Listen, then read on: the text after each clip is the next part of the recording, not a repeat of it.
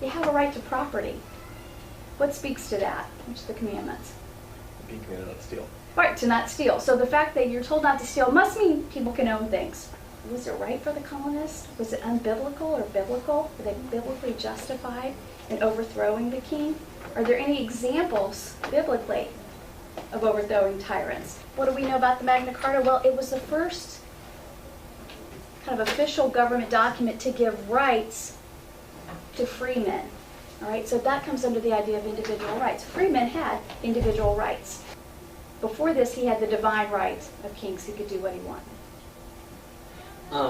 Well, this sort of changed the idea of power comes from the king to the king must also obey the laws, which makes, the difference between rex lex and lex rex.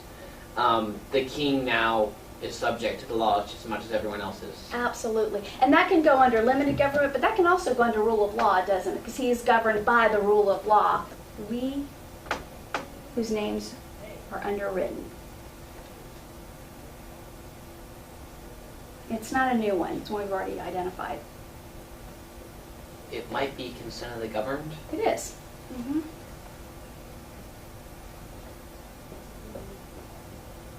Okay. Now I'm going to take this back up here to individual rights. All right.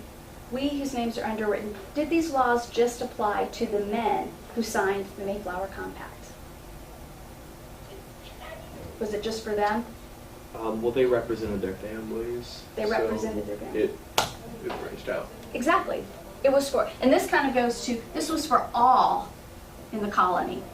All right? So you'll see here progression. Free men, all men. This is for everybody. This bound everybody. They were all giving their consent to be governed. And the men in the family, the fathers in the family, as the heads of the family, were signing this document on their behalf.